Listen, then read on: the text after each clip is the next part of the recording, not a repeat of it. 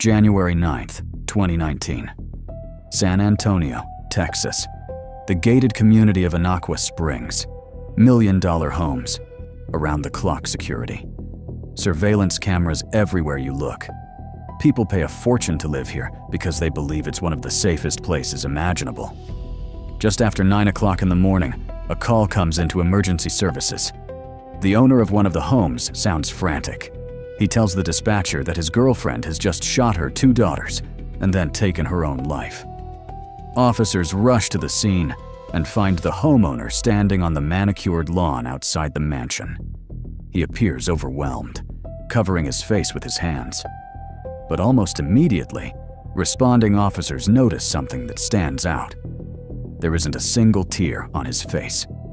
Inside the home, on the second floor, detectives discover the bodies of 37-year-old Nicole Olson, 16-year-old Alexa, and 10-year-old London. A handgun is lying beside Nicole. There's just one problem. The weapon doesn't belong to her. It belongs to the same man who is now standing outside, putting on a display of grief. Then something happens that completely changes the direction of the case. The screen of Nicole's phone suddenly lights up. A routine message arrives from a co-worker at the salon. Your client is already here. Think about that for a moment. Would a woman who had supposedly just wiped out her entire family be making plans for her workday that morning and confirming appointments with clients? How did one of the most secure homes in Texas become the scene of such a devastating crime? And why did the only surviving adult offer investigators a fully formed explanation from the very beginning? To answer those questions, we need to find out who exactly came together under this roof and what secrets they had been keeping. To understand how these people ended up living in the same house, we need to go back several decades. What we find are 2 completely different worlds that, under normal circumstances, never would have crossed paths. Let's start with the woman. Nicole Olson was born in 1981 and learned very early what it meant to lose the people closest to her. In 1988, her father passed away from a fatal overdose involving prohibited substances. In 2001, her mother died from heart disease. Life forced Nicole to grow up fast. At 15, she became a mother to her son, Skylar. 2 brief marriages followed. First came James Nobles, then Carlos Montes, a United States Marine. After her divorce from Carlos, she continued raising her older daughter. Later, she entered a relationship with Hector Briviescas, and together, they welcomed her younger daughter. Life seemed determined to test this family at every turn. At one point, unpaid child support obligations connected to her first marriage grew to $24,000. Nicole took whatever work she could find. She spent time working the register at a Mexican restaurant, where part of every paycheck was automatically withheld to help cover the debt. Eventually, she trained as a cosmetologist. For the next 10 years, the mother of 2 daughters practically lived at salons by JC. She worked double shifts, triple shifts. She pushed herself to the limit, supporting herself, her son, and her daughters through hard work alone. Every dollar she earned came from long hours, determination, and a refusal to give up, no matter how difficult things became. Now take a closer look at the man who was standing on that lawn that January morning. Charlie Wheeler was born in 1986 into a wealthy family from Fredericksburg, Texas. His parents owned a massive ranch and made millions through oil industry contracts. Charlie dropped out of college during his freshman year and followed in his father's footsteps into professional rodeo. Later, he used his winnings to launch a security company that worked with oil production businesses. By the age of 24, he had successfully sold his first company, started another one, and reached an astonishing level of income, reportedly bringing in around $160,000 a day. Money seemed to solve every problem in his life. His history of run-ins with law enforcement reads like the story of someone who believed the rules simply didn't apply to him. There was an arrest for public intoxication at a country club. Then came a drunk driving incident. According to reports, Wheeler made a mocking gesture toward a police officer shining a flashlight at him and sped away. The officer ended up chasing him on foot. When Wheeler was finally stopped, he refused a breath test and couldn't successfully count backward from 30 to 10. Yet for reasons that remain unclear, the case fell apart. Incidents at hotels followed the same pattern. Arguments, disturbances, a night spent sobering up, and then very little consequence. Every time, the result was almost identical. Charges were dismissed, reduced, or replaced with minor fines. Keep that in mind. For years, this was someone who repeatedly crossed legal boundaries, and the system seemed willing to look the other way. What do you think that does to a person's mindset? Does it create the belief that there are no real consequences? That anything is allowed? That brings us to an obvious question. What could possibly connect the heir to an oil fortune with a hairstylist who had spent her entire life relying on her own hard work? Their paths crossed in 2016. Charlie came across Nicole Olson's social media profile. At the time, she was helping promote a watch and jewelry brand she had launched with several friends. The millionaire sent her a direct message on Instagram. That simple message turned into conversations. The conversations quickly turned into a date. For their first meeting, Nicole arrived at a resort accompanied by her friend Vanessa. From the beginning, Charlie was persistent. Before long, the relationship started moving at a remarkable pace. In April 2017, Charlie purchased the same mansion in Anaqua Springs that would later become the focus of investigators. The property measured roughly 4,500 square feet and featured a swimming pool, private security, and strict gated access. Not long afterward, Nicole moved in with her daughters. From the outside, it looked as though she had finally achieved financial stability after years of struggle. Charlie offered her the opportunity to quit working entirely and live off his income. Nicole refused. She continued taking shifts at the salon and maintained her own source of income. And honestly, that detail matters. Even with all the money surrounding her, she chose to keep working. It was almost as if she instinctively understood that becoming completely dependent on one person carried risks she wasn't willing to take. So while the mansion, the security gates, and the luxury lifestyle may have suggested stability, Nicole continued building a safety net of her own. The first warning signs showed up pretty quickly. During one professional photo shoot, Nicole arrived with a noticeable bruise under her eye. She tried to cover it with makeup, but it was still visible. When her friend Vanessa asked what happened, Nicole brushed it off. She casually mentioned that she and Charlie had gotten into an argument, then immediately changed the subject. That same summer, the couple celebrated their anniversary at a hotel in Galveston. The trip ended badly. An argument escalated to the point that hotel security stepped in and removed Charlie from the property. Think about how a reasonable person might handle that situation. Most people would gather their belongings and leave. Charlie did that too, but he took it a step further. He packed up his things, grabbed Nicole's luggage, took her cell phone, got in his car, and drove away. He left her completely alone in an unfamiliar city with no way to communicate. Nicole eventually made her way to a friend named Monica. The two talked for 17 straight hours. Nicole cried. She described ongoing humiliation and constant emotional pressure. More importantly, she made a firm statement. "I'm leaving him." At least that was the plan. The very next day, she boarded a flight and returned to the mansion. After that conversation, Monica disappeared from Nicole's life entirely. As time went on, Charlie's control only became more apparent. In January 2018, Nicole and Vanessa went to a basketball game together. While they were out, Charlie repeatedly called Nicole's phone, over and over. Eventually, he demanded that Vanessa get on the line. Then he delivered a chilling comment. "You're lucky I even let her go with you." Later that evening, the two friends headed to a jazz club. The call started again. Charlie had tracked their new location and ordered Nicole to come home immediately. That summer, Vanessa visited the couple at the Anaqua Springs mansion. The two friends were relaxing in the hot tub when Charlie suddenly walked into the backyard, visibly furious. The reason was almost unbelievable. Someone had dropped a piece of pepperoni on the kitchen floor. Charlie ordered Nicole to get out of the water and clean up after her daughters. he did it in a way that seemed intentionally public and degrading. Not long afterward, another argument erupted when the home's audio system malfunctioned.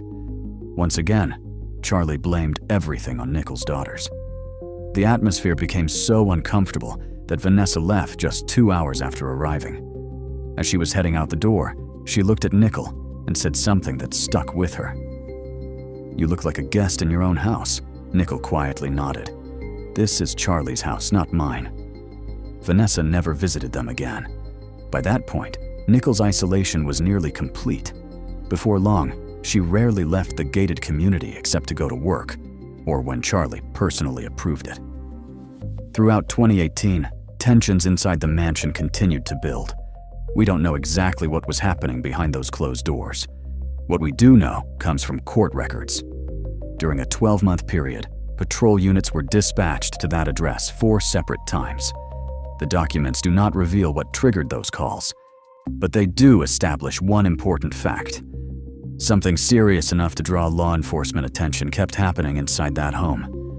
By then, Nickel had become increasingly withdrawn and had almost completely cut herself off from the outside world. What no one realized at the time was that Nickel had already started putting together a real exit plan. About a month before the tragedy, she began actively searching for a new place to live. This wasn't an emotional decision made in the heat of the moment. It was calculated, methodical. She toured rental apartments, compared options, and looked for a place that would work for both her and her daughters. Now let's slow down and examine the timeline of January 9th, 2019. This day is absolutely critical because the events of those final hours directly conflict with the story that would later be presented as the truth. That morning, Nickel checked her email and found a message from the management office of an apartment complex. The unit she had been interested in was finally available. The paperwork could move forward. She could sign the lease. She could start moving her belongings. For the first time in a long time, she had a clear path toward independence. Later in the day, she handled ordinary, everyday tasks. First, she contacted a longtime client and confirmed a salon appointment for the following day. Then, she spoke with her co-worker Bethany about schedules, shifts, and upcoming work plans. At around 9 o'clock that evening, Hector called. As the father of London, he wanted to talk about plans for the future. The next day, a casting event for a popular television talent show was being held in the area, and London had been excited about the opportunity to participate. Nickel and Hector discussed the pros and cons. After talking it through, they decided it might be better to wait a little longer before pursuing the audition. Then, 10-year-old London took the phone herself and happily chatted with her father. Take a second and think about all of that. Does this sound like someone preparing to end her own life just a few hours later? Look at the facts. Nickel was reserving her station at the salon. She was discussing future opportunities for her daughter. She had confirmation that a new apartment was waiting for her. Every hour of the following day was already planned. By all appearances, she had taken concrete steps toward leaving Charlie for good.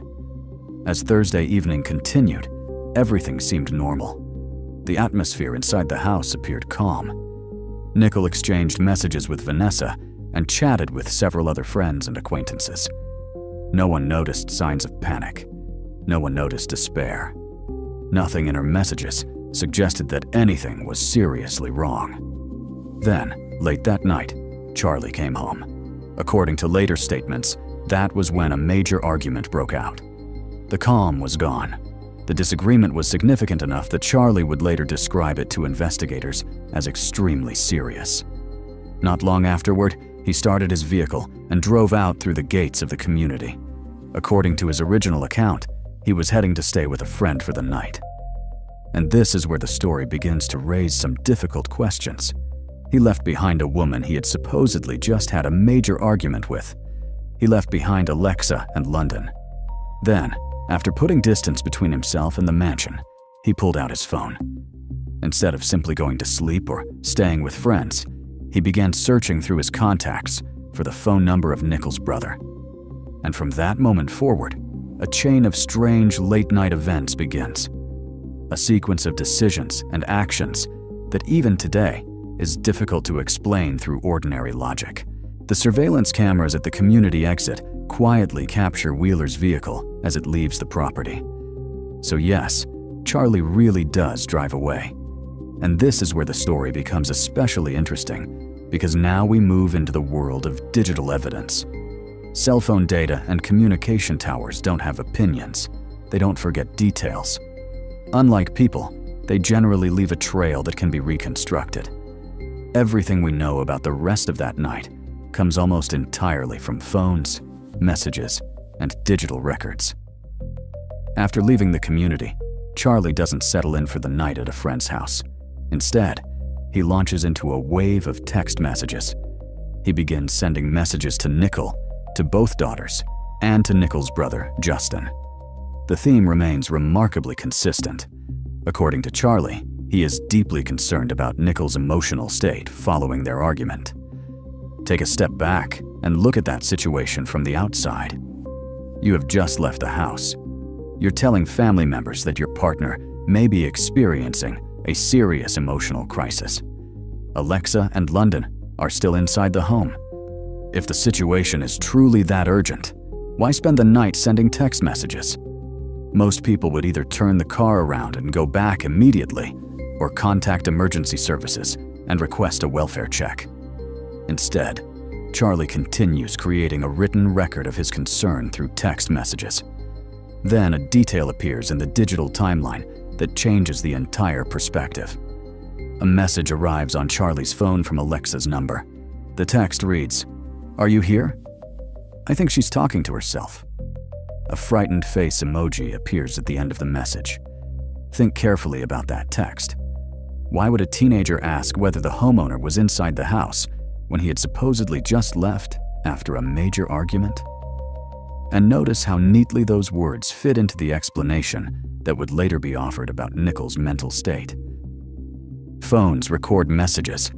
They do not record who was physically holding the device at the moment a message was sent. Technology can show that a text was transmitted. It cannot always identify the person who typed it. As the clock moves closer to 11 o'clock that night, activity shifts to Nicole's phone.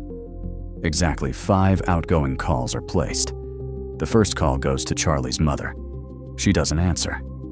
The remaining 4 calls are directed to emergency services. Take a moment to consider that. 4 separate attempts are made from Nicole's phone to reach emergency dispatchers. Only one of those calls successfully connects. A dispatcher answers. But there is complete silence on the line. No shouting, no conversation, no whispers, no sounds that clearly explain what is happening. Before the call can be fully traced, the connection is lost. The call ends before operators are able to determine the caller's precise location. No return call is made by dispatch. Morning arrives on January 10th. At 7:30 a.m., Charlie reaches out to Nicole's brother once again. His message reads, "Have you heard from her? Should I call the police?" He waits another hour and a half. Only after 9 o'clock the next morning does his vehicle return to the property. He walks inside and places the call to law enforcement, the same call that opened this entire story. The security cameras at the gate confirmed that he was physically absent from the house during the night. The phones created what appeared to be a perfect digital timeline. Now detectives had to compare that timeline with the physical evidence inside the mansion. And this is where the investigation begins taking turns that many observers found difficult to understand. The scene is processed, the bodies are removed, the case officially moves into the hands of investigators. Bexar County Sheriff Javier Salazar steps in front of reporters. He identifies Wheeler as a person of interest. At the very same time, however, the county medical examiner presents a remarkably definitive conclusion. According to the official finding, the incident involved the deaths of the 2 daughters, followed by Nicole taking her own life. Let's pause there for a moment and apply some basic logic. What evidence supported such a firm conclusion so early in the process? In cases involving firearms, one of the most important forensic questions is whether residue from a discharged weapon can be found on the hands of the person believed to have fired it. Were tests performed on Nicole's hands? Were similar tests conducted on Charlie when he returned the following morning? Authorities never publicly released those results. No document was ever presented to the public showing definitive proof that Nickel had physically fired the weapon. There's another critical detail we need to keep in mind. The firearm was legally registered to Charlie Wheeler. According to records, it was routinely stored in his bedside table and was reportedly kept there without the safety engaged. Naturally, his fingerprints would be expected on that weapon. And because the couple lived together, the presence of his biological traces anywhere inside the bedroom could easily be explained as ordinary daily contact. Now look at the actions of the only surviving adult connected to the scene. Rather than actively assisting investigators and answering questions, Charlie quickly hired attorneys. He declined further cooperation with investigators. But what stands out even more is how he interacted with the families left behind. Just hours earlier, he had been sending message after message expressing concern about Nickel's emotional condition. Now, according to those close to the case, he completely withdrew. He never reached out to Carlos or Hector, the fathers of Alexa and London, to offer condolences. Nothing. No call. No message. No contact at all. Carlos and Hector refused to accept the official explanation without question. Both publicly described Nickel as a devoted mother who, in their view, would never have harmed Alexa or London. They called for a transparent investigation rather than conclusions reached before every question had been answered. The response from authorities sparked even more controversy. Sheriff Javier Salazar held another press conference. Instead of presenting new physical evidence, he unexpectedly shifted the discussion toward personal matters. During the briefing, he suggested that in a final phone conversation, Nickel had raised questions about Hector's paternity. Think about how unusual that was. The county's top law enforcement official was publicly repeating an unverified claim while a grieving father was searching for answers about his 10-year-old daughter. Later, Salazar walked back those comments after no supporting evidence emerged. The incident revealed something important about the direction of the case. Rather than easing concerns, it created new ones. Questions from family members and journalists continued to grow. Access to investigative materials became increasingly limited. New information slowed to a trickle, and Wheeler's status as a person of interest remained frozen in place. No major changes, no public resolution. Which leaves us with a challenge the investigation never fully addressed: to take the digital trail from that night and compare it with the physical realities of what happened inside the house. Now let's place the cell tower records alongside the physical layout of the second floor. We're back on the night of January 9th, 2019. A man steps through the front door of the mansion. By this point, Nickel already has confirmed approval for a new apartment. She no longer depends on anyone else's money. She finally has a way out. An argument begins. A person who had spent years navigating problems through influence, connections, and financial resources is suddenly faced with direct resistance. The system of control that had defined the relationship appears to be breaking down. The confrontation escalates. At some point, gunfire erupts. 3 people collapse to the floor, and all 3 are ultimately found on the same level of the house, not far from one another. And according to the questions that would later surround the case, this is the moment when the scene may have begun taking on a very different significance, because someone would need the facts to fit a particular explanation. Look at the situation through the lens of simple logic. If you're leaving a home because you're genuinely concerned about the unstable behavior of your partner, knowing Alexa and London are still upstairs, would you leave a loaded firearm within easy reach? Most people experiencing real concern would instinctively take the weapon with them, or at least secure it somewhere inaccessible. Yet the firearm remains exactly where it would later become a central piece of the official narrative. Then the phones enter the picture. Who physically unlocked Alexa's device and sent the message about someone talking to herself? If a frightened teenager was truly hiding and urgently typing that text, why were all 3 individuals ultimately found together without any obvious indication of an attempt to flee. A touchscreen doesn't preserve fingerprints on a virtual keyboard. The message exists. The identity of the person who typed it is another question entirely. And that digital trail fits remarkably well with the later explanation that Nickel had suddenly suffered a mental breakdown. Then we come to what may be the most unsettling part of the timeline. Think back to those 4 silent calls placed to emergency services. Were they the final attempts of an injured woman trying to reach help? Or was someone else handling the phone, reviewing call logs, deleting information, and accidentally triggering an emergency call sequence, leaving dispatchers with nothing but silence on the other end? Those questions have fueled debate ever since. At some point, the firearm is found positioned beside Nickel's body, and only after every piece of the scene appears to be in place does a vehicle engine start outside. Moments later, that vehicle passes through the community gates. The surveillance cameras recorded leaving the property. Compare those two realities for a moment.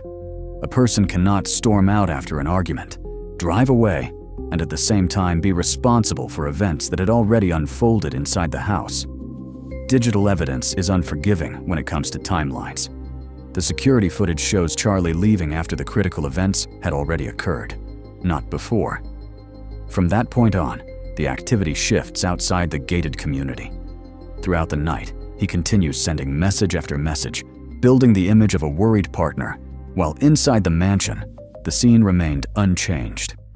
Eventually, the investigation reaches a standstill. When authorities stop providing answers, families often begin searching for their own. In 2020, Carlos and Hector filed civil lawsuits against the only surviving resident of the mansion. Their claim was straightforward: negligence and reckless conduct that they believed contributed to the deaths of Alexa and London. Their argument focused on the contradictions in Charlie's own account. Even if someone accepts the official version of events, the question remains the same. Charlie repeatedly told others that Nickel was in severe emotional distress. He claimed to be deeply concerned about her behavior. He also knew Alexa and London were inside the home, yet he allegedly left a loaded firearm behind. The families argued that creating such a situation raised serious questions on its own. Law enforcement offered no public response. As frustration grew, the families turned to Project Cold Case, a nonprofit organization that connects families with experienced investigators to review unresolved cases. With official answers becoming harder to obtain, relatives pursued every legal avenue available in an effort to keep the search for the truth alive. The pressure reaches its peak on Thanksgiving, one of the most important family holidays in America. Hector chooses that day to make his frustration public. He organizes a protest outside the police department, demanding transparency and a real review of the physical evidence. But the department does not move. Years have passed, and the case involving 3 bodies inside a secured, gated community still remains officially unresolved. The medical examiner's conclusion about Nickel taking her own life after the deaths of her daughters has never been backed publicly by the kind of forensic proof many people expected to see. And the man whose fingerprints could legally appear throughout that bedroom simply because it was his home remains free. We started this story inside Inaqua Springs, a place built around security cameras, guarded gates, and the promise of protection. That is the bitter irony here. The system worked, just not in the way people imagined. The walls and gates did not protect Nickel, Alexa, and London inside that house. But the cameras did record a convenient exit time. The private setting kept outside witnesses away. And the same security meant to protect residents may have helped create an alibi. That is where the confirmed facts end, behind closed Texas case files. Trust the logic. Check every detail. And never accept convenient coincidences at a crime scene.